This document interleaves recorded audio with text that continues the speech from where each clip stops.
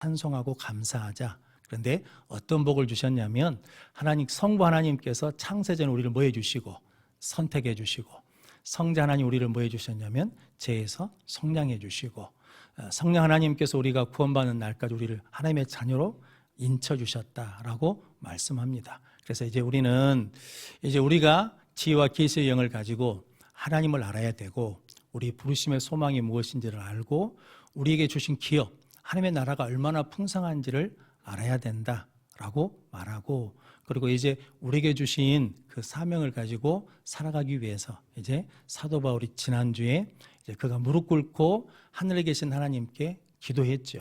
우리의 기도의 대상이 누구라는 겁니까? 하나님이시라는 거죠. 그러니까 예수 믿는 사람들은 사람 앞에 가서 우는 게 아니라 누구 앞에 가서 우냐면 하나님 앞에 가서 우는 자들이다라는 거거든요. 그래서 성령으로 속사람이 어떻게 하게 되고 강건하게 해달라고. 우리가 기도하지 않는 내용 중에 하나가 그거지요. 우리 속사람이 뭐 해야 되냐면 성령으로 강건하게 해주십시오. 그래서 이제 우리는 누가 무슨 말을 해도 그 말 때문에 뭐 하지 않아요? 상처받지 않아. 흔들리잖아요. 왜냐하면 속사람이 뭐 해졌으니까. 강건해졌으니까. 그러니까 이제 우리가 누가 무슨 말을 했는데 서운해. 많은데 마음이 속상해. 그러면 말한 사람이 문제가 아니라 내 속사람이 약해졌구나. 그러니까 하나님 성령으로 내 속사람이 강건해 주십시오라고 그렇게 뭐 해야 된다는 거예요. 기도해야 된다는 거죠. 그런데 우리는 그렇게 기도하지 않고 나한테 그렇게 말한 사람한테 뭘 한다는 거예요. 딱 걸고 있는 거지. 너도 한번 보자. 그런데 그렇게 말한 사람이 문제가 아니라 그 말 때문에 내가 흔들리는 내 속사람이 문제니까 지금 바울이 앞으로 하나님의 교회 일원으로 살아가는 성도가 해야 될 기도가 있는데 성령으로 속사람이 강건하게 해달라. 그리고 믿음으로 그리스도를 모시게 해달라라는 거거든요. 새벽에 그런 말씀 드렸는데 우리가 알고 있는 전통이 다 맞는 게 아닙니다. 그 예로 든 게 예수 그리스도는 이 집에 뭐라는 겁니까? 주인이시요 모든 대화에 말 없이 듣는 이시요 식사 때마다 보이지 않는 누구시라고? 아니 이제 우리는 이제 이름을 바꿔야지. 손님이 아니고 주인이시다고. 앞에도 주인이고 뒤에도 주인이고 임마누엘이시라. 근데 이게 참 희한한 게 성도들은 마귀는 예수가 주인 되심을 부인하지 않죠. 예수 그리스도는 이 집에 뭐라는 겁니까? 주인이셔요. 주인으로 시작해. 모든 대화에 말 없이 듣는 이시요. 우리가 하는 많은 걸 다 들어. 그런데 식사 때마다 보이지 않는 뭐로 바꾸는 거예요? 손님으로. 손님은 왔다가 가는 거잖아요. 그런데 예수 그리스도는 이 집에 뭐라고 고백했는데 주인으로 고백했는데 끝은 뭐냐면 손님으로 살짝 바꿔놓는 거거든요. 근데 우리는 그게 틀렸다는 생각을 한 번도 안 했잖아요. 그런데 이제는 모든 식사에 말없이 듣는 모든 데에 말없이 듣는 이시고 식사 때마다 보이지 않는 임마누엘이시다. 주인이시다라고 고백하는 성도들 되시기를 바랍니다. 그리고 이제 그리스도의 사랑을 알아야 된다는 거죠. 그리스도의 사랑을 알면 용서하지 못할 사람이 없습니다. 왜냐하면 하나님이 나 같은 것도 뭐 해주시니까 용서해 주시니까 아니 나 같은 것도 뭐 해주시니까 받아주시니까 그냥 나도 받아주시는데 다른 사람을 못 받아준다는 게 말이 안 되는 거잖아요. 그래서 그리스도의 사랑을 알게 달라. 그러고 난 다음에 오늘 4장 1절 말씀에 지금 바울이 어떤 상황이냐면 그러므로 주 안에서 갇힌 내가 너희를 권하노니. 근데 실은 바울은 어디에 있습니까? 감옥에 있거든요. 그런데 나는 감옥에 갇힌 사람이 아니라 누구 안에 있다는 겁니까? 주 안에 갇힌 사람이다. 그러니까 환경과 나는 상관이 없다는 거죠. 감옥에 갇혀 있을 때나 나와 있을 때나 나는 똑같다는 거죠. 누구 안에 있으니까. 주 안에 있으니까. 우리는 환경만 바꿔주면 조건만 바꿔주면 될 걸로 생각하는데 환경 바뀐다고 해서 조건 바뀐다고 해서 달라지는 게 아니라 환경과 조건이 어떻든 나는 누구 안에 있으면 되냐면 주 안에 있으면 된다라는 거거든요. 성도 여러분 이게 물 한 병이 얼마입니까? 조그만 물이 마트에서 사면 얼마예요? 600원, 500원, 600원. 편의점에서 사면 800원. 저기 고속도로 휴게소에서 사면 1,000원. 공항에서 사면 2,000원. 이게 똑같은 물이거든요. 똑같은 물. 똑같은 물인데 뭐에 따라 달라요? 장소에 따라 달라. 뭐가? 가치가 달라. 우리는 어디 안에 있으면 된다는 거예요? 주 안에 있을 때가 가장 가치 있는 거라는 거죠. 성도가 어디에 있을 때 가장 가치 있느냐? 예배 자리에 있을 때 가장 가치 있는 것이다라는 거거든요. 그래서 광야에서 출애굽일 때 뭘 중심으로 움직인다는 거예요? 회막 중심, 성막 중심으로. 그러니까 우리는 주 안에 있을 때 가장 가치 있는 사람이에요. 그래서 성도님들이 예수 그리스도 안에 거하는 성도들 되시기를 바랍니다. 그래서 바울이 그 의미로 고백한 거거든요. 그러므로 주 안에 갇힌 내가 너희를 권하노니, 오늘 1절 말씀 보니까 너희가 부르심을 받은 일에 합당하게 행하며, 그러니까 교회의 시작은 뭘로 시작되냐면 부르심으로 시작된다라는 거거든요. 교회는 세상 밖에 있는 사람들 하나님 뭐 하셨냐면 부르셔가지고 부름받은 자들이 모인 곳이 교회거든요. 그래서 부름받은 일에 합당하게, 이 합당하단 말이 일치하다, 어울리다. 즉 누가 우리를 부르셨습니까? 사람이 부른 게 아니잖아요. 하나님이 부르셨어. 하나님이 부르셨으니까 하나님과 뭐냐면 어울려야 된다는 거죠. 하나님과 뭐냐면 일치해야 된다라는 거죠. 그래서 그 다음에 나온 것이 5가지 이야기하는데, 모든 겸손과 온유와 오래 참음과 사랑 가운데에서 서로 용납하고, 그리고 평안의 매는 성령의 하나 되게 하는 것을 힘써 지키라라고 말씀합니다. 그래서 교회의 시작은 부르심이 없으면 안 됩니다. 그래서 우리는 다 뭐 했기 때문에 이 자리에 있냐면 하나님이 부르셨기 때문에 이 자리에 있는 줄로 믿습니다. 아브라함은 부름 받기 전에 뭐 하는 사람이었습니까? 우상 만드는 집 아들이었잖아요. 그런데 부름이 심이 없었으면 그 자리에 있는 거예요. 그런데 하나님께서 아브라함하고 불러주시니까 뭐가 됐냐면 믿음의 여정이 시작돼서 믿음의 조상이 된 거거든요. 그러니까 부르심이 없으면 안 되는 거예요. 모세도 실은 뭐 하는 사람이었냐면 살인자고 도망자고 광야에 버려진 사람이거든요. 그런데 하나님이 뭐 해주셨습니까? 부르셨어요. 모세야 모세라고 부르시니까 그때부터 그의 인생이 뭐 어떻게 된 거예요? 하나님을 위해서 쓰임받게 되는 거거든요. 우리도 마찬가지입니다. 부르심을 깨달은 순간부터 우리는 뭐가 되냐면 이제 하나님의 사람으로, 믿음의 사람으로 살아가는 거거든요. 그런데 부르심을 모르면 백날 교회를 다녀도 그냥 다니는 거예요. 뭐가 안 되냐면 믿음의 삶이 시작이 안 돼. 어떤 분이 그렇게 설명하시더라고요. 예수님이 33년 사셨잖아요. 30년을 어떻게 사셨습니까? 30년에 대한 기록은 별로 없습니다. 태어나신 것, 12살 때 성전 올라간 사건, 그걸로 끝이거든요. 30년 동안 기록이 없어요.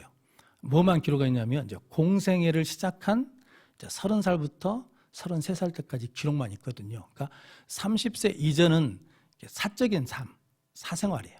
그것은 기록이 없어요. 그러니까 이제 누구를 위해 살아갈 때, 하나님을 위해 살 때, 그리고 백성들을 구원하기 위해서 살아갈 때, 그때를 뭐라고 하냐면 공생애라고 그러거든요. 그러니까 우리도 마찬가지죠.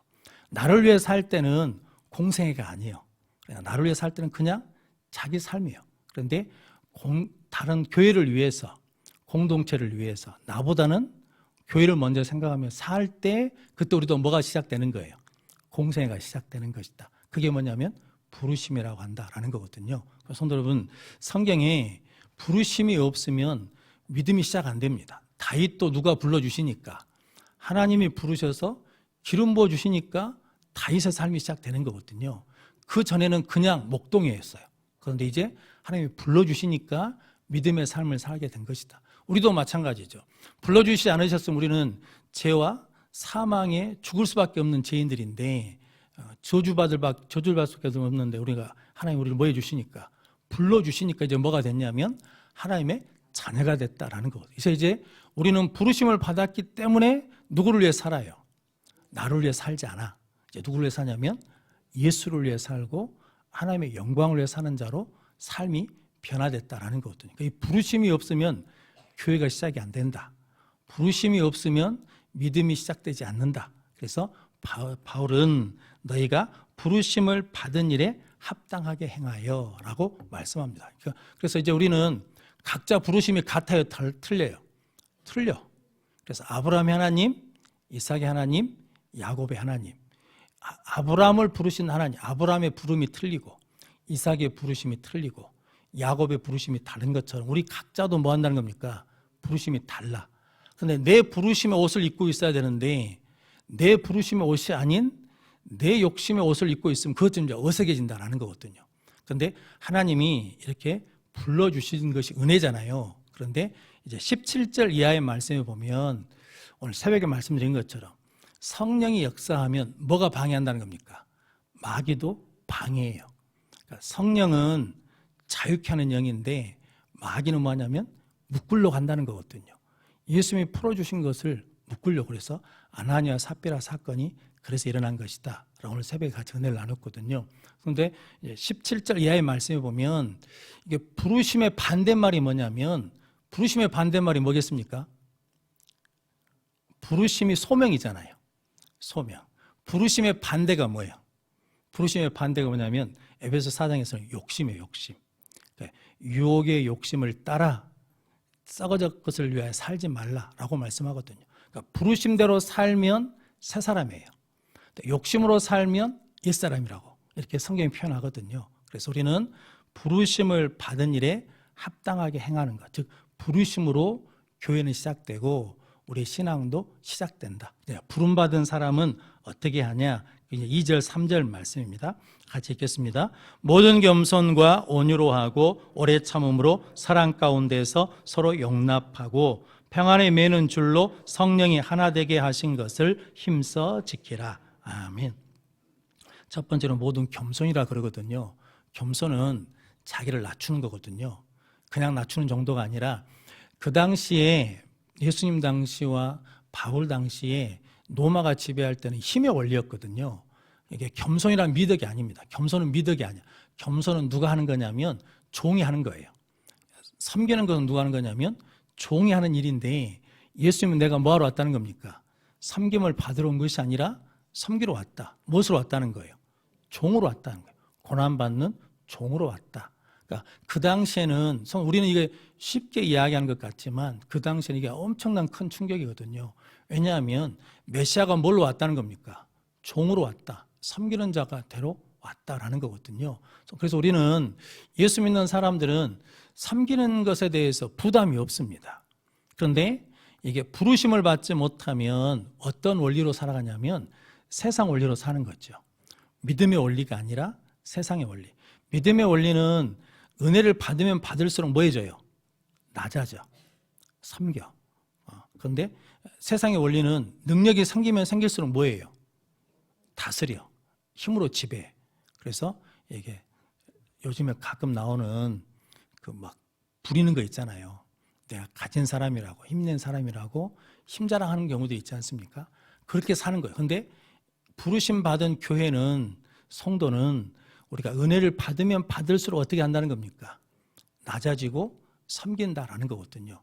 성도 여러분, 이게 뭐냐면 나는 할 수 없어요. 나도 할 수 없으니까 네가 할 수 없는 것을 뭐 하는 거예요? 인정하는 거예요. 그게 겸손이에요.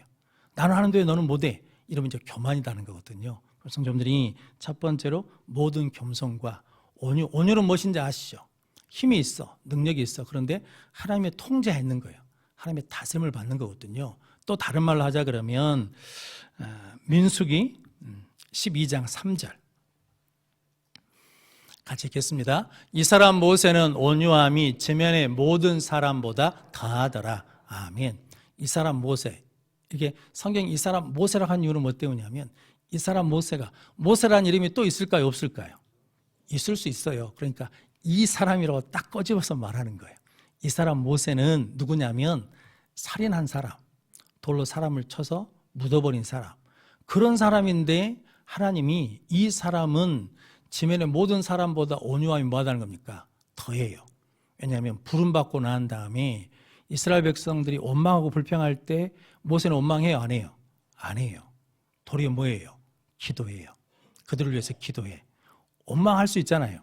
불평할 수 있는데 모세는 원망 불평하지 않고 기도합니다. 그리고 이 말씀이 나온 배경이 뭐냐면 모세가 구스 여자, 피부가 시커먼 여자를 취했거든요. 그랬더니 아론과 미리암이 하나님이 너하고만 대면했냐, 이야기하시냐, 우리하고는 이야기하지 않냐 그러면서 모세 지도권에 대해서 이게 이제 도전하거든요. 그것을 하나님이 다 들으셨어요. 그러고 난 다음에 하시는 말씀이 이 사람 모세는 온유함이 지면의 모든 사람보다 더하더라. 즉 뭐냐면 하나님이 화를 내시거든요. 모세가 화를 낸 게 아니라 아론과 미리암한테 누가 화를 내냐면 하나님이 도리어 화를 냅니다. 그래가지고 제가 볼 때는 미리암이 더 말을 많이 한 모양이에요. 미리암이 뭐니까? 여자니까 말을 더 많이 했어. 그러니까 미리암이 뭐에 걸리냐면 나병에 걸려요. 문둥병에 걸립니다. 누가 화를 내가지고? 하나님이 화를 내셔서. 그런데 모세는 하나님이 화를 내실 때까지 화를 내요, 안 내요? 안 내. 그게 뭐냐면 온유함이라는 거예요. 하나님이 뭐라 하실 때까지 나는 아무 말도 안 하고 그냥 뭐하고 있냐면 견디고 있는 거예요. 참고 있는 거예요. 그게 뭐냐면 온유함이다 라고 말씀합니다. 그래서 부름받은 사람에게 필요한 게 첫 번째가 뭐냐면 겸손이고, 그 다음에 온유함이고, 그 다음에 뭐라는 겁니까? 오래 참음. 고린도전서 13장 4절 말씀. 고린도전서 13장 4절 말씀 안 띄워지면 제가 부르게 읽어드리겠습니다. 사랑은 오래 참고, 사랑은 온유하며, 시기하지 아니하며, 사랑은 자랑하지 아니하며, 교만하지 아니하며. 고린도서 13장에 있는 말씀인데, 사랑의 정의할 때 첫 번째가 뭐냐면 사랑은 오래 참고. 동관교회 박찬일 목사님 딸한테 카톡이 하나 왔답니다. 설교를 들어보니까 그래요. 아빠, 내가 키도 똑같고 몸무게도 똑같은데 바퀴벌레로 변했어요. 그러면 아빠는 기분이 어떻겠어요? 나를 어떻게 할래요? 라고 물어봤다는 거거든요. 요즘에 그런 질문이 유행이다고 딸이 그렇게 물어봤대요. 여기서 이제 대답을 잘해야 되잖아요. 징그러 그래버리면 이제 안 되잖아요. 그래서 그래도 나는 너를 사랑해 라고 했다는 거죠. 그랬더니 거짓말 이렇게 답장이 왔답니다. 그래서 답장을 또 보냈답니다. 그러니까 딸도 자기가 생각해 보니까 내 모습이 그렇게 바뀌었다, 내 자신이 이렇게 바뀌었다 그러면 내가 사랑할 수 없을 것 같거든. 근데 우리 아버지가 그래도 나는 너를 사랑해 그러니까 거짓말. 그랬더니 목사님 그렇게 또 문자를 보냈답니다. 너도 나중에 자식을 낳아보면 알아. 이렇게 했다는 거거든요. 그럼 이게 부모는, 자식은 부모 사랑을 압니까 모릅니까? 죽었다 깨어나도 모르죠. 왜 그런지를 몰라. 저도 뭐가 돼봐야 알아. 부모가 돼봐야 알아. 근데 하나님의 사랑은 부모가 자식 사랑한 것보다 뭐예요? 훨씬 더 크죠. 그러니까 하나님이 나에게 뭐 해주셔요? 참아주셔. 그러니까 우리도 뭐 한다는 겁니까? 사랑하면 참게 되고, 사랑하면 서로 뭐 하냐면 용납하게 된다라는 거거든요. 방송실이 저렇게 성경을 안 띄워줘도 제가 뭐라 하지 않아요. 얼마나 고마운데 저렇게 있는 것이. 그러니까 편하게 하세요. 편하게. 뛰고 싶으면 뛰고, 안 뛰고 싶으면 안 뛰고, 편하게 하라고. 뭐 하울링 울려도 내가 막 뭐라 하지도 않고 그러거든요. 왜냐하면 저 양반들 없으면 이게 방송 송출이 안 돼. 우리가 같이 읽지도 못해. 그냥 계속 찾아야 되거든요. 즉 뭐냐면 사랑하면 오래 참고, 사랑하면 용납한다는 건데, 성도 여러분, 사람은 사람을 용납합니까 못합니까? 못합니다. 부부끼리도 서로 용납이 안 되잖아요. 부모 자식 간에도 용납이 안 돼. 나하고 손톱만큼만 틀려도 용납이 안 되는 거거든요. 그런데 우리가 부름을 받으면, 그리스도 안에 있으면 모든 겸손과 온유와 오래 참음과 사랑으로 서로 용납하고 평안으로 매개하는 성령이 하나 되게 하신 것을 힘써 지키라 라고 말씀하거든요. 평안의 뜻 기억나십니까? 평안은 문제가 해결된다고 평안한 게 아니거든요. 성경에서 말하는 평안은 예수님께 연결되어 있을 때, 하나님께 연결되어 있을 때 그때 누리는 것이 평안이거든요. 그래서 그 평안은 세상이 줄 수 있어요, 없어요? 없어. 왜냐하면 우리는 세상과 연결된 사람이 아니라 부름받아 이제 누구에게 연결되어 있으니까, 예수님과 하나님과 연결되어 있으니까 하나님이 주시는 평안으로 이제 하나 되게 하신 것을 힘써 지키라. 그래서 이게 새로운 것을 만들어내는 것이 아니라 오늘 3절 말씀 같이 읽어보겠습니다. 평안에 매는 줄로 성령이 하나 되게 하신 것을 힘써 지키라. 아멘. 성령이 이미 뭐하게 하셨다는 겁니까? 하나 되게 하신 것을 지키라는 거거든요. 우리는 신앙 고백을 같이 하죠. 사도신경을 같이 하잖아요. 우리가 예배하는 하나님은 몇 분이시라는 겁니까? 한 분이시죠.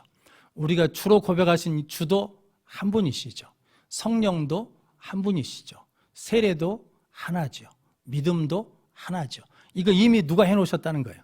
성령이 해놓으신 일이에요. 그러니까 그것을 하나 되게 하는 일에 힘쓰면 된다라는 거거든요. 성도 여러분, 우리는 하나님이 다 다르게 만드셨거든요. 일단 생김새가 다르잖아요. 기질도 성격도 좋아하는 것도 다 다릅니다. 그런데 하나 되게 한다는 것이 쉽지가 않잖아요. 그런데 우리가 하나 될 수 있는 길이 있는데 누구한테 맞추면 돼요? 예수님께 맞추면 돼. 그러면 다양한 속에서 뭐가 되냐면 하나가 된다라는 거거든요. 이걸 영어로는 유니버스라고 그러거든요. 이게 다양 속에 하나라는 거거든요. 우리는 하나 된다는 것은 획일화를 만드는 게 아닙니다. 막 일제시대처럼 교복 딱 입혀가지고 획일화시키고 그렇게 틀리면 안 되고 뭐 다르면 틀렸다 하는 것처럼 하는 게 아니라 다 달라요. 다르는데 우리는 누구한테 맞추고 사니까 성령이 하나 되게 하신 일에 힘쓰니까 우리는 하나가 된다라고 말씀합니다. 그래서 이제 성도가 힘써야 될 게 있는데 이제 부름받음에 마땅하게 살아야 되고 이제 5가지 겸손, 온유, 오래 참음, 서로 용납하고 평안에 매게 하는 줄로 성령이 하나 되신 것을 힘써 지켜야 된다라는 거죠. 그래서 우리는 이제 하나 되게 하는 것에 힘써야 된다는 거죠. 근데 마귀는 죄는 하나 되는 것을 방해합니다. 성령은 하나 되게 하는 영이고 마귀는 이간질하는 영이거든요. 나누는 영이거든요. 그러니까 우리 이제 교회 안에서 네 편 내 편으로 나누면 돼요, 안 돼요? 안 돼. 이건 누가 좋아하는 일이냐면 마귀가 좋아하는 일이에요. 그런데 C.S. 루이스라는 분이 스크루테이프라는 편지라는 즉 마귀 입장에서 교회를 어떻게 하면 무너뜨릴 수 있을까에 대해서 쓴 책이 있거든요. 그런데 거기에 보면 마귀 정부에 문원부도 있습니다. 문원부. 즉 우리로 시작하냐면 문화교육부예요. 성경에 대해서 이제 연구를 하거든요. 그리고 성경 말씀을 잘 못 가르치는 거예요. 그러니까 애곡에서 가르치는 거거든요. 그러니까 마귀는 자우자 우리가 하나님 안에서 하나 되는 것을 계속해서 방해왔다는 거죠. 목적은 딱 하나입니다. 분열시켜 놓는 거거든요. 손으로 보면 사자가 들소를 이렇게 잡아먹으려고 막 공격하잖아요. 동물의 왕국 보면. 근데 무리에서 같이 있으면 공격을 받습니까? 안 받습니까? 안 받아요. 그런데 무리에서 뭐 하면 떨어져 나가면 이제 그것은 이제 사냥감이 되는 거잖아요. 그러니까 마귀가 하는 일은 자꾸 교회 안에 혼란을 일으키는 거예요. 혼란을 일으켜. 막 서로 싸우게 하고 그 공동체에서 뭐 하겠냐면 떨어져 나가게 만든다는 거죠. 그래서 뭐 하냐면 멸망시키겠다, 무너뜨리겠다라는 거거든요. 그러니까 교회가 힘써야 될 것, 목사가 힘써야 될 것, 성도가 힘써야 될 것은 뭐 하게 만든다는 겁니까? 하나 되게 하는 것을 만들어야 된다. 교회를 평안케 해야 된다. 그 일에 힘쓰면 어떤 일이 있어도 교회는 무너지지 않는다라고 말씀해 주시는 거거든요. 그래서 이제 16절까지는 이제 하나 되면 어떤 일이 나는지 말씀하신 것이고 17절 이하의 말씀은 이제 마귀가 우리가 하나 되지 못하도록 어떤 방해를 하는지에 대해서 말씀하는 거거든요. 그런데 오늘은 우리가 힘써야 될 것은 3가지 기억하시자는 거죠. 우리는 어떤 사람이라는 겁니까? 부름받은 자다. 부름에 받은 소명이 있어야 믿음이 시작된 것이지 그것 없으면 손을 뭐 하냐면 믿음의 출발이 안 된다는 거죠. 말씀드렸죠. 아브라함도 모세도 그리고 부르심이 없으면 오래 참을 수가 없습니다. 부르심이 없으면 겸손할 이유가 없어. 부르심이 없으면 온유할 이유가 없거든요. 노아가 만약에 노아 스스로 내가 방주를 한번 져봐야지 해가지고 방주를 졌다 그러면 1년이나 졌겠습니까? 사람들이 미쳤다 그러잖아요. 산에다 방주를 지니까 막 욕하고 노망 들었다 그러고 그럼 할까요 안 할까요? 못해. 근데 노아가 몇 년 동안 방주를 졌다는 겁니까? 120년. 120년이 짧아요 길어요? 길잖아요. 뭐 그 양반이 뭐 900살을 살았던 어쨌든 120년이라는 세월이 짧은 세월이 아니잖아요. 근데 그렇게 참을 수 있는 것은 하나님이 나에게 무엇을 만들었다는 거예요? 방주를 만들려고 나를 뭐 하셨다는 겁니까?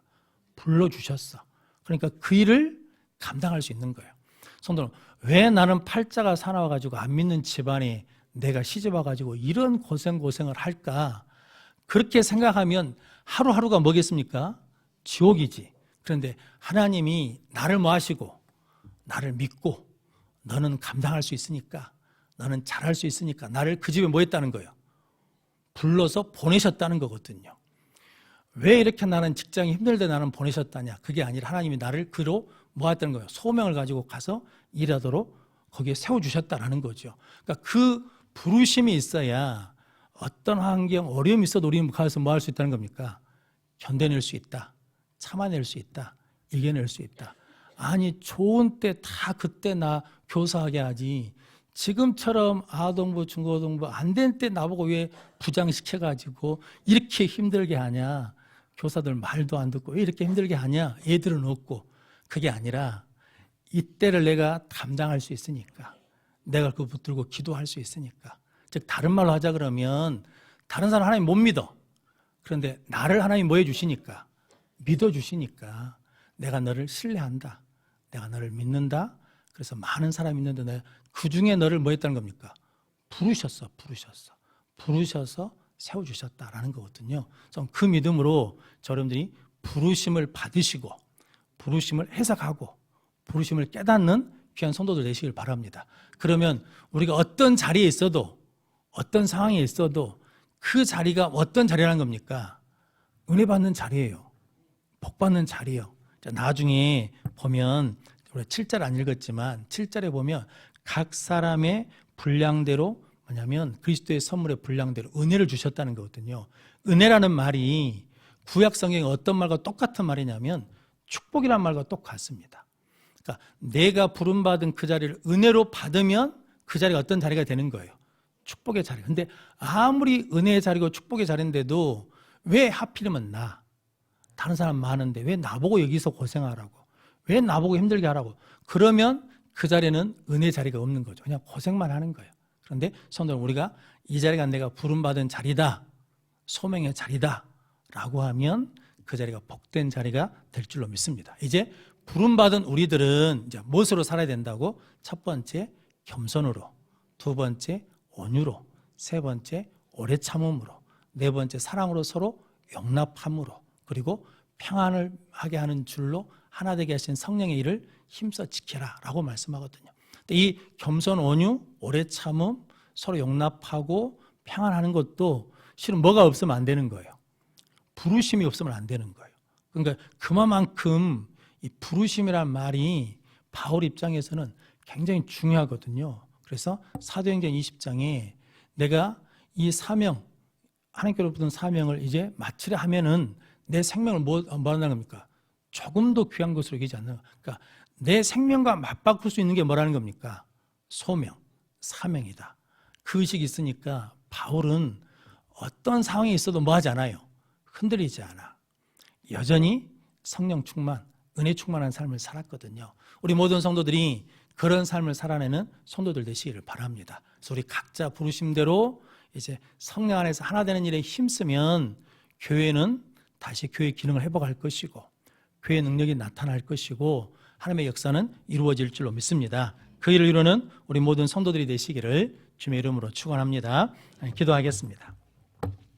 거룩하신 아버지 하나님 감사합니다. 오늘 또 수요예배로 모일 수 있도록 은혜 주셔서 감사합니다. 이 자리에 있는 것이 우리에게 가장 복된 일인 것을 깨닫고 예배자로 부르신 사명을 감당하게 하시고 우리 각자의 삶에 그냥 서 있는 것이 아니라 믿음으로 하나님께서 나를 불러주셔서 세움받은 자리인 것을 알고 그 자리에서 하나님 앞에 사명을 감당할 때 은혜가 있게 하시고 축복이 있게 하시고 우리 모든 성도들이 그 믿음을 가지고 교회를 하나 되게 하는 일에 힘쓸 때 어둠이 떠나가게 하시고 거짓 것들이 떠나가게 하시고 오직 하나님의 영광만이 나타나는 살아있는 교회가 되게 하여 주옵소서.